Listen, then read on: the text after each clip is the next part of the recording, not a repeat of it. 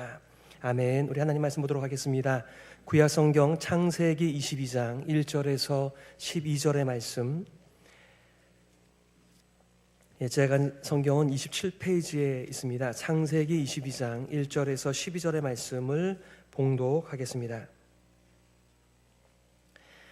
그 일 후에 하나님이 아브라함을 시험하시려고 그를 부르시되 아브라함아 하시니 그가 이르되 내가 여기 있나이다. 여호와께서 이르시되 내 아들 내 사랑하는 독자 이삭을 데리고 모리아 땅으로 가서 내가 내게 일러준 한 산 거기서 그를 번제로 드리라.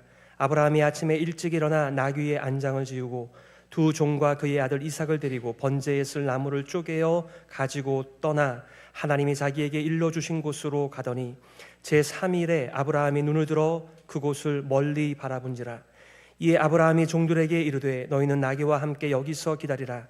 내가 아이와 함께 저기 가서 예배하고 우리가 너희에게로 돌아오리라 하고 아브라함이 이에 번제나무를 가져다가 그의 아들 이삭에게 지우고 자기는 불과 칼을 손에 들고 두 사람이 동행하더니 이삭이 그 아버지 아브라함에게 말하여 이르되 내 아버지여 하니 그가 이르되 내 아들아 내가 여기 있노라.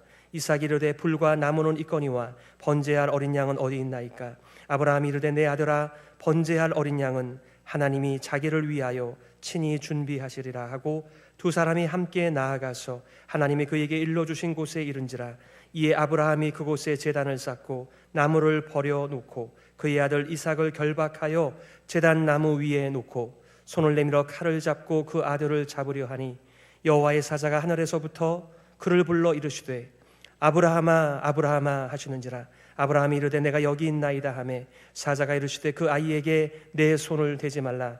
그에게 아무 일도 하지 말라. 내가 내 아들 내 독자까지도 내게 아끼지 아니하였으니 내가 이제야 내가 하나님을 경외하는 줄을 아노라. 아브라함이 눈을 들어 살펴본즉 죄송합니다. 여기까지 보도록 하겠습니다. 아멘. 오늘 아브라함 시리즈 세 번째 시간입니다. 하나님이 믿음을 시험하시다 라고 하는 제목 가지고 말씀 증거하겠습니다. 하나님이 믿음을 시험하시다. 때로는 우리가 알고 있다고 하는 개념을 다시 한번 질문할 필요가 있습니다. 여러분, 예배가 무엇인가요? 기도는 무엇인가요? 여러분, 사랑은 무엇인가요? 영생은 무엇입니까? 구원은 무엇인가요? 그리고 오늘은 믿음이 무엇인지를 질문하고 싶습니다.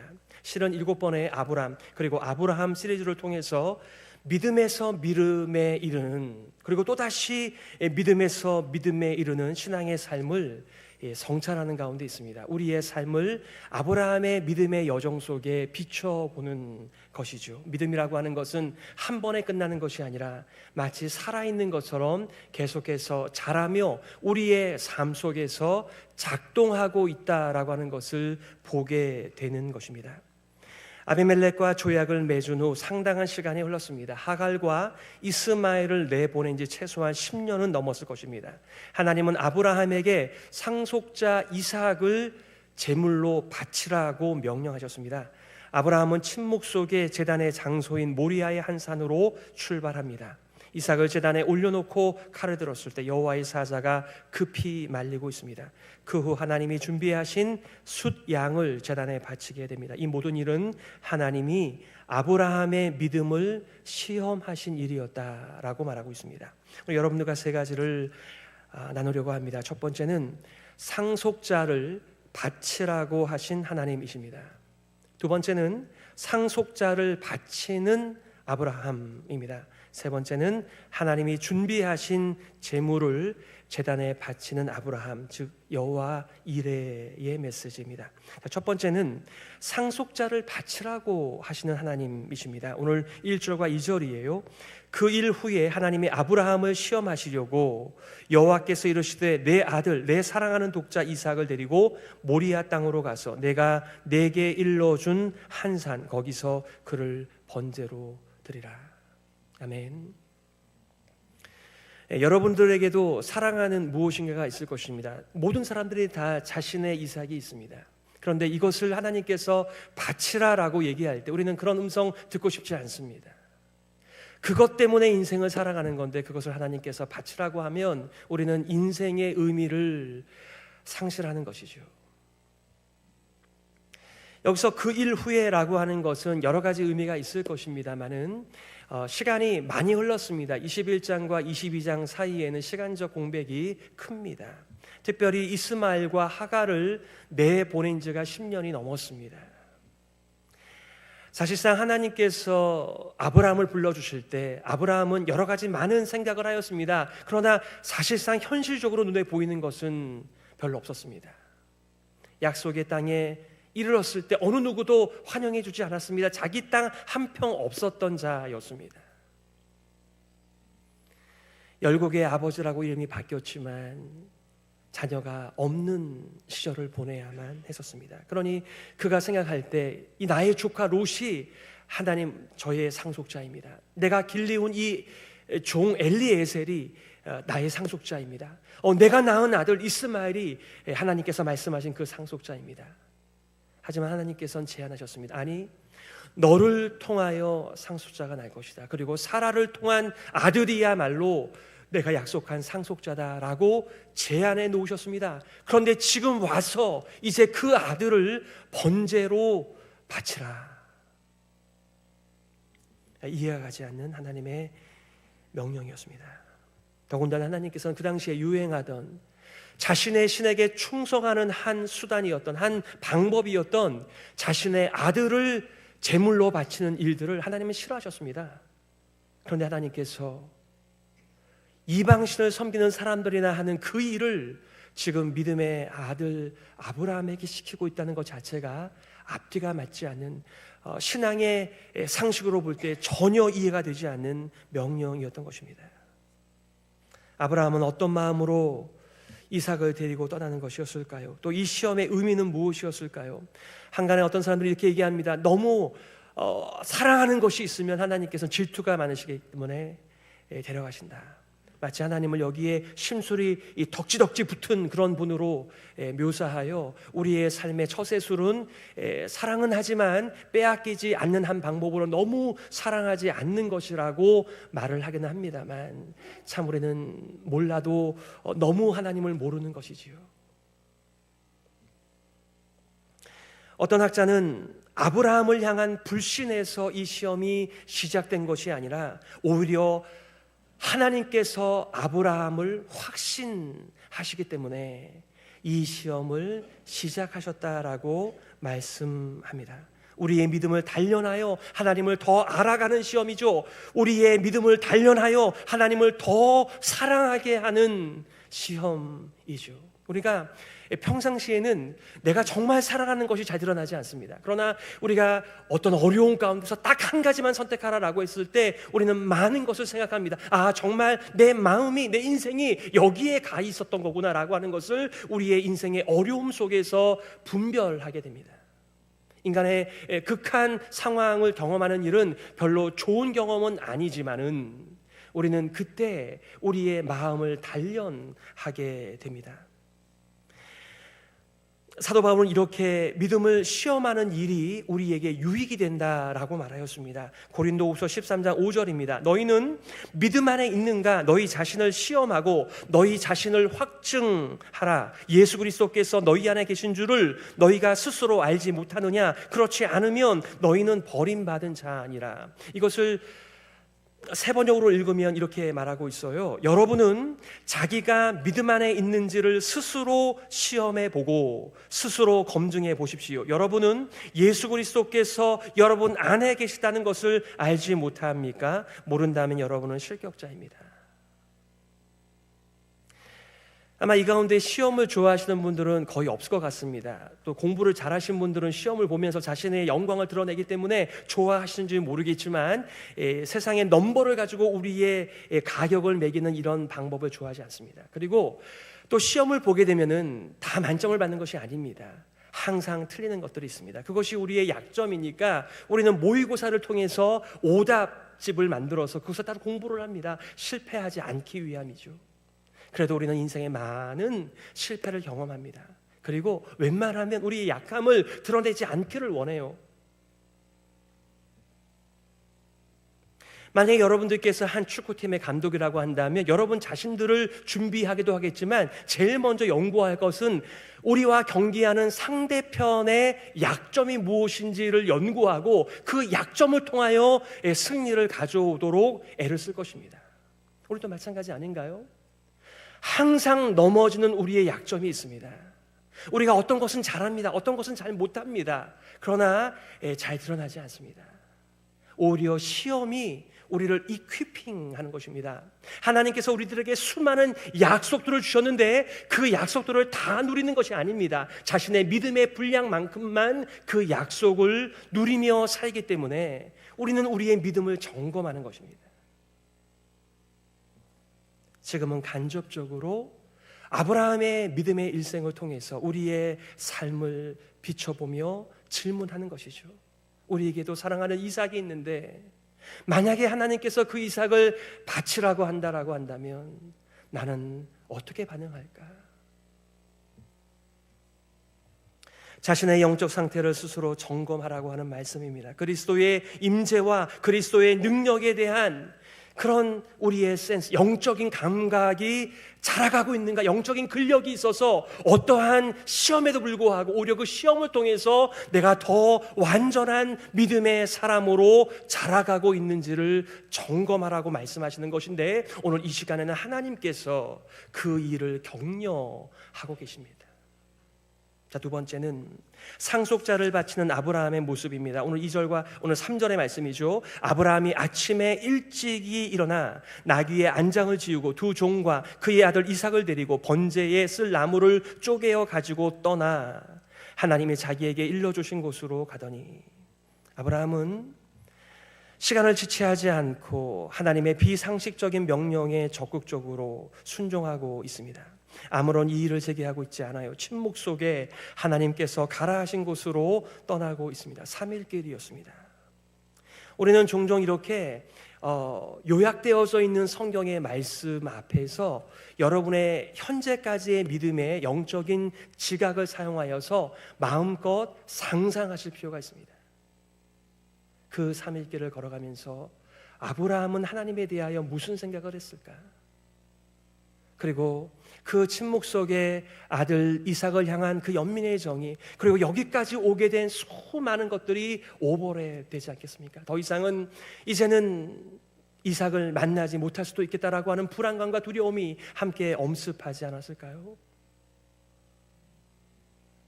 그리고 이해가 되지 않는 이 명령 앞에 그는 하나님을 어떻게 대우하고 있었을까요?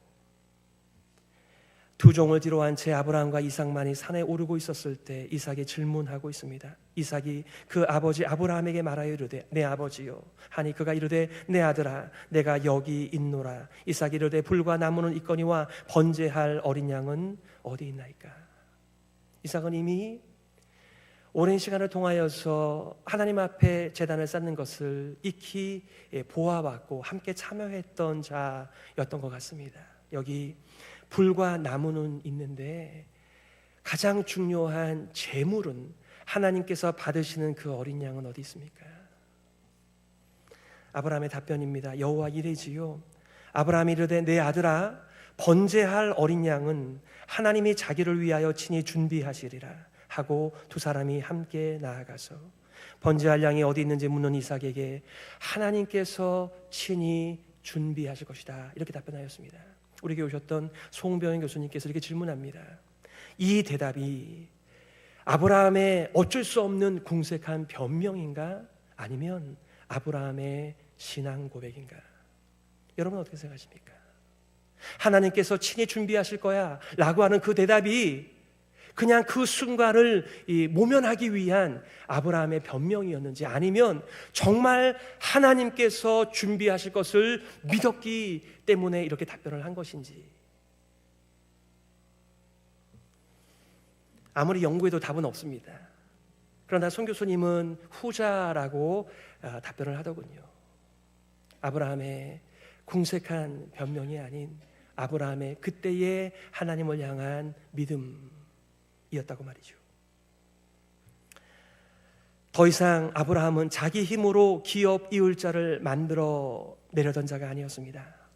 아브라함은 이삭을 번제로 하나님께 바치려고 하고 있습니다. 동시에 하나님의 모든 약속은 아브라함과 사라의 지혜와 경험과 가진 것으로 이루어가는 것이 아니라 하나님께서 계획하시고 하나님께서 이루신다라고 하는 더 믿음이 공고해지는 시간이었을 것입니다.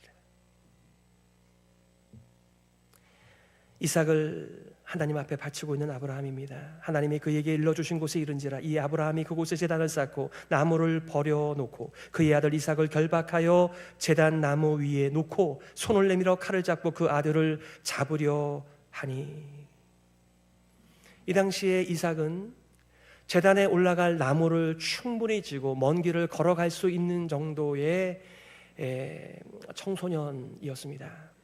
그러나 그는 이 노령의 아버지를 얼마든지 밀쳐내고 뛰쳐나갈 수 있었지만 순순히 아버지 앞에 결박을 받아들이는, 저항하지 않는 이삭의 모습을 보고 있습니다. 오늘 찬양처럼 흠없는 어린 양입니다. 저에게 구약신학을 처음 가르쳐 주셨던 총신대학원의 고 김희보 교수님께서는 이 장면에 대하여 이렇게 말씀하시더군요. 아브라함은 하나님께 순종하고 있지만 이삭은 자신의 아버지와 하나님께 순종하고 있다. 이제는 이삭이 감지한 것이죠. 자신이 재물이라고 하는 것을. 그리고 그것을 깨닫고 순순히 결박을 당하고 제단 위에 올려졌습니다. 그런데요, 하나님께서 더 급하셨던 것 같습니다. 아브라함아, 아브라함아. 사자가 이르되 그 아이에게 내 손을 대지 말라. 그에게 아무 일도 하지 말라. 내가 내 아들 내 독자까지도 내게 아끼지 아니하였으니 내가 이제야 내가 하나님을 경외하는 줄을 아노라. 하나님 역시 아브라함의 순종을 통하여 아브라함의 더 단단해진 믿음을 확신하게 되는 장면입니다.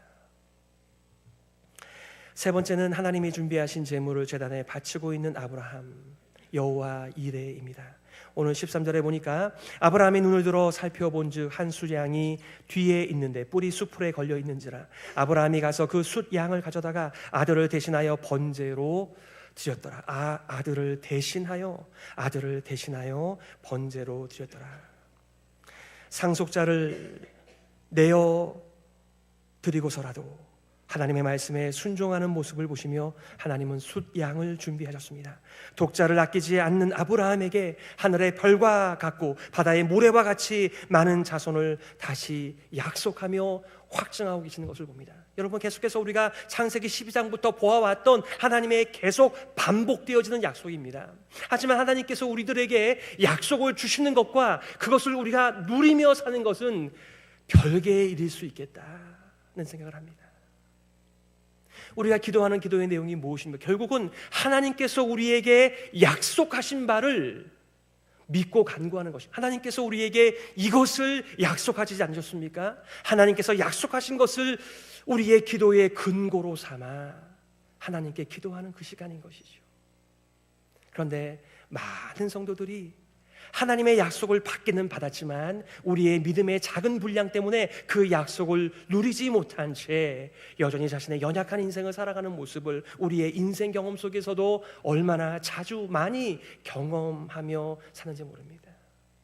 예수님께서 이 땅에 오셨을 때 너희는 먼저 그의 나라와 그의 의를 구하라고 하였습니다. 이방인들처럼 세상에 보이는 것들과 먹을 것과 입을 것을 위해서 걱정하지 않아도 된다고 천부께서 다 먹이시기에 너희들의 인생의 초점은 여기에 맞추지 말고 하나님의 나라에 맞추며 사는 너희들의 진정한 부르심에 대하여 주목해 하셨습니다. 하지만 아브라함의 자손들일지라도 믿음이 없는 사람들은 하나님의 약속이 아닌 자신의 능력으로 인생을 살고 있었던 것이죠. 우리도 마찬가지죠. 우리도 예외는 아니죠. 하나님이 우리들에게 수많은 약속을 주시며 이 땅이 잠깐 있다 사라지는 이 땅이 우리의 소망이 아니라 영원한 하나님의 나라와 하나님의 계획에 믿음과 순종의 길을 가라고 불러주셨음에도 불구하고 우리는 마치 그 바다를 두려워하는, 그래서 이 바다에 발을 담그지 못하는, 항상 이 해변가에만 머무는 연약한 우리의 모습을 본다는 것이죠.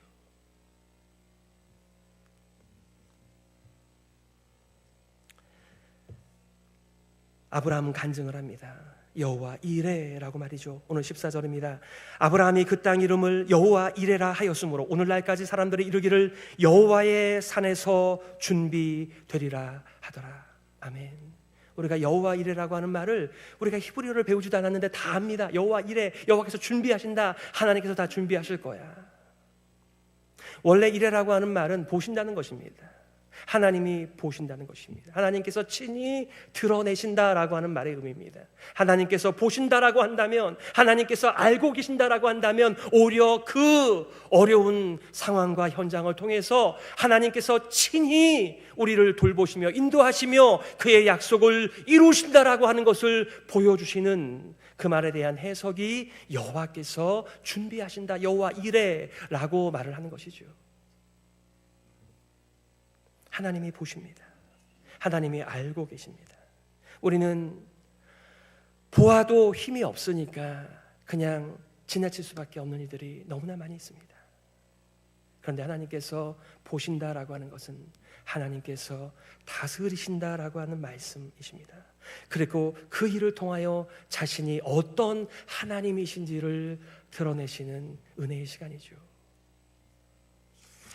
아브라함이 어떻게 간증했을까요? 자신의 인생을 돌아보며 이삭을 바치기 이전에 자신의 믿음의 상태, 하나님에 대한 반응과, 그리고 하나님의 날벼락 같은 상속자를 바치라고 하는 그 말씀을 들었을 때에 자신의 그 솔직한 믿음의 수준을 고백하지 않았을까요? 그리고 하나님께서 친히 준비하신 숫양을 하나님 앞에 제물로 올려드리면서 하나님께서 어떻게 자신을 다루셨는가를 고백하는 것, 바로 그것이 신앙 고백이고 간증이 아니겠습니까?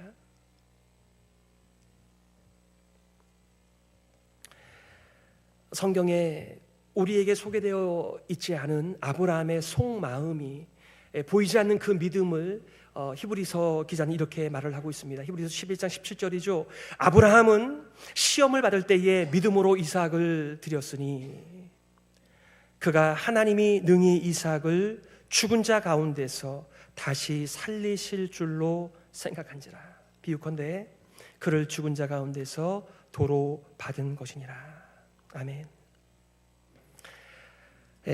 여기에 아브라함의 속마음을 하나님에 대하여, 이삭에 대하여, 그리고 자신이 걸어가는 이 길에 대하여 자세히 좀 속마음을 표현하면 우리가 좀 알았을 텐데, 여기에 일체의 아브라함의 속마음이 기록되지 않았습니다. 그런데 먼 훗날 신약의 뒤안길에서 이 아브라함의 후손이 아브라함의 속마음을 이렇게 말하고 있는 것이죠. 그는 믿음으로 이삭을 드렸다. 그의 속마음은 하나님께서 능히 이삭을 죽은 자 가운데서 다시 살리실 줄로 생각했다. 사실상 아브라함은 이미 죽은 자였습니다. 하나님 앞에서 하나님께서 약속이 주어질 때마다, 하나님, 저는 이미 죽은 자입니다. 제가 아무 일도 할 수 없는 자입니다. 제 안에 사라 이미 죽은 자입니다. 아무것도 할 수 없습니다. 그런데 우리를 통해서 상속자를 주겠으며 우리를 통하여서 수많은 믿음의 백성들을 모으시겠다라고 하는 그 하나님의 계획, 제가 믿기는 믿는데 잘 모르겠습니다. 이미 아브라함은 죽은 자였습니다. 더더군다나 사라를 통하여, 아브라함을 통하여 그 유일한 씨를 주시겠다라고 하는 약속 앞에서 자신의 아내를 2번이나 빼앗겼습니다. 자식을 얻을 수 없는 죽은 자였는데 상속자를 얻게 된 것입니다. 이삭을 볼 때마다 죽은 자가 살아난 경험을 하였습니다. 말씀을 요약하겠습니다. 사랑하는 성도 여러분, 믿음이 무엇인가요?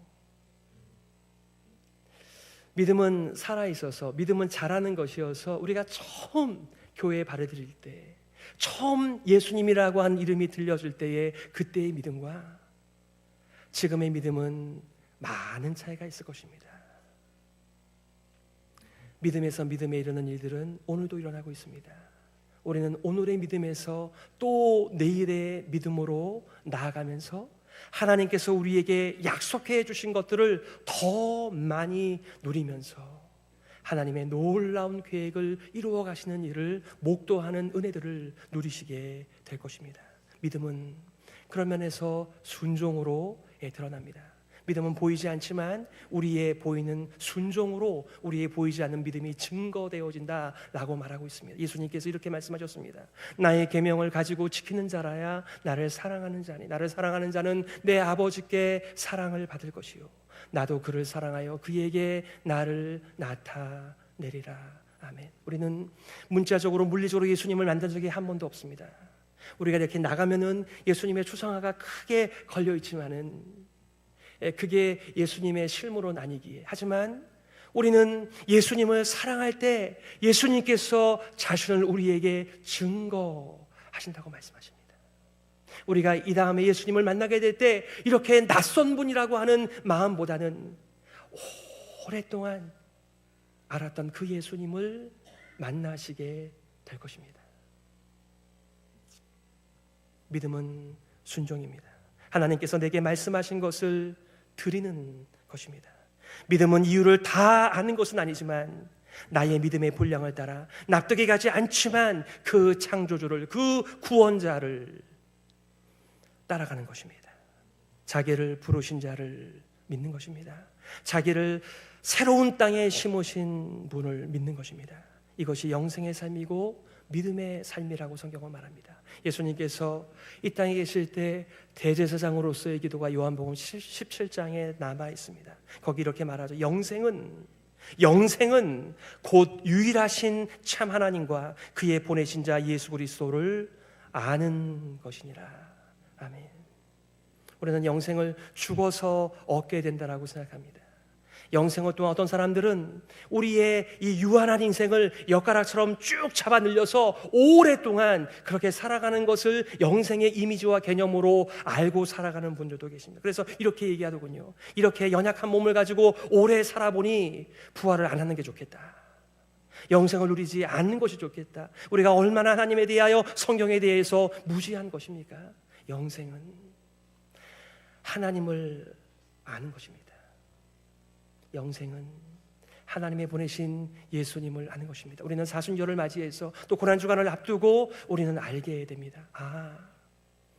아들을 대신하여 하나님께서 친히 준비하신 숫 양을 제물로 드렸다라고 하는 이 그림 속에서 하나님께서 장차 오실 그 이사야 53장에서 예언한 그 이사야의 예언, 우리가 핍박을 받지 않고 하나님의 어린 양이 핍박을 받고 고난을 받고 찔림을 받고 상함을 받는 바로 우리의 죄 때문에 십자가에 달리신 그 그림을 바로 여기에서 보는 것이죠. 하나님께서 우리의 사랑하는 것을 가져가셔야 하나님께 무슨 도움이 되시겠습니까? 하지만 우리는 이런 일들을 통하여 하나님이 누구신지를, 하나님의 참된 지식을 통해 앞으로의 인생을 하나님의 인도하심을 따라 살아가는 것이죠. 야고보 사도는 이렇게 권면하더군요. 나의 형제 자매 여러분, 여러 가지 시험에 빠질 때에 그것을 더할 나위 없는 기쁨으로 생각하십시오. 여러분은 믿음의 시련이 인내를 낳는다는 것을 알고 있습니다. 시험과 시련 자체는 우리들한테 참 불편한 것이고 두려운 것이고 겁나는 것이고 만지고 싶지 않은 것들이지만 오히려 그것을 통하여 정말 나의 믿음이 내 안에서 어떻게 작동되고 있는지를 보는 현장이 되기에 그 시련들을 기쁘게 여기라고 성경은 권하고 있는 것입니다. 여러분 어떤 시험 가운데 계십니까? 어떤 시련들 가운데 계십니까? 정말 그 시련을 통해서 하나님을 향한, 예수 그리스도를 향한 여러분의 참된 믿음이 작동되고 있는지를 점검하시며 살고 계십니까? 하나님께서 은혜 주셔서 하나님께서 우리를 시험하시듯 나도 내 믿음을 시험하며 그리고 사랑하는 믿음의 식구들을 믿음으로 점검해 주는 일에 우리가 쓰임 받았으면 좋겠습니다. 수많은 안팎의 시험들이 우리 앞에 또 찾아올 것입니다. 우리는 그것을 통하여 나의 진짜 가치, 나의 사랑의 대상을 발견하게 되는 것이겠죠. 하나님께서 은혜 주셔서 십자가를 바라볼 때마다 자기 아들을 아끼지 아니하시고 우리 모든 사람을 위하여 내어주시니가 어찌 그 아들과 함께 모든 것을 선물로 주시지 않겠는가. 다시 한번 하나님을 발견하고 하나님과 인격적인 관계를 맺고 하나님을 더 사랑하는 믿음의 여정이 되시기를 예수 그리스도의 이름으로 축복합니다. 아멘. 우리 시간의 말씀을 기억하면서 이렇게 기도했으면 좋겠습니다.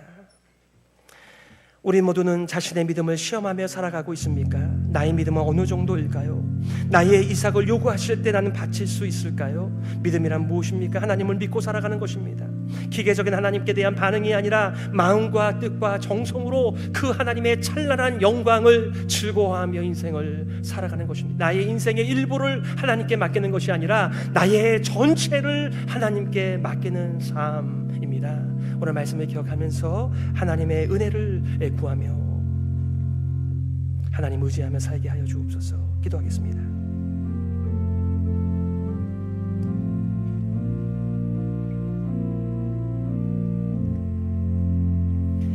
하나님 아버지 은혜를 감사합니다. 우리가 믿음이 있는 줄 알았습니다. 수많은 거품 속에서 수많은 종교 행위들 속에서 착각한 것을 하나님 앞에 내려놓습니다. 하나님 아버지 우리를 불쌍히 여겨주셔서 하나님이 어떤 분이신지 우리를 향하여 어떤 사랑과 계획이 있으신지를 보고 듣게 하여 주옵소서. 우리의 눈에 보이는 것 들리는 것을 인하여 하나님을 오히려 섬기지 못하게 만드는 수많은 것들의 방해 속에서 벗어나게 하여 주시옵고 이겨내게 도와주시고 이 수많은 도전들 앞에서 우리를 향한 하나님의 신실하심을 발견하고 믿음의 인생 되게 하여 주시옵소서. 하나님 아버지 은혜를 감사합니다. 참 우리가 연약한 자입니다. 보이는 것을 따라 들리는 것을 따라 인생을 살던 사람들이었습니다. 이제는 믿음을 따라 인생을 살아가는 하나님 나라의 백성들이고 하나님의 자녀들입니다. 우리의 남은 인생을 영생을 누리며 살게 하여 주시고 믿음을 발휘하여 하나님의 약속을 주장하며 살아가는 살아있는 인생 되게 하여 주시옵소서. 살아계신 예수 그리스도의 이름으로 기도드리옵나이다. 아멘. 우리 일어서셔서 찬송